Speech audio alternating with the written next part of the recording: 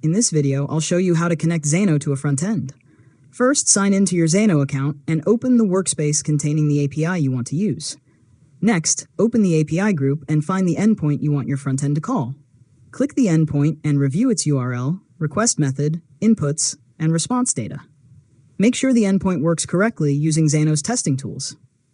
After that, open your front-end project. Depending on the platform you're using, you can connect to Xano using an API connector, REST API tool, or a standard HTTP request. Add your Xano API endpoint as the request URL. Now, configure the request method and add any required parameters or request body. If your endpoint requires authentication, include the appropriate authorization token with the request. Next, send the request from your front end and use the response to update your interface. For example, you can display Xano records in a list, submit a form to create a record, or use an endpoint to update existing data. Finally, test the complete connection. Make sure the front end can successfully send requests to Xano and correctly handle the response. If something doesn't work, check the endpoint URL, request method, inputs, authentication, and permissions. And that's it.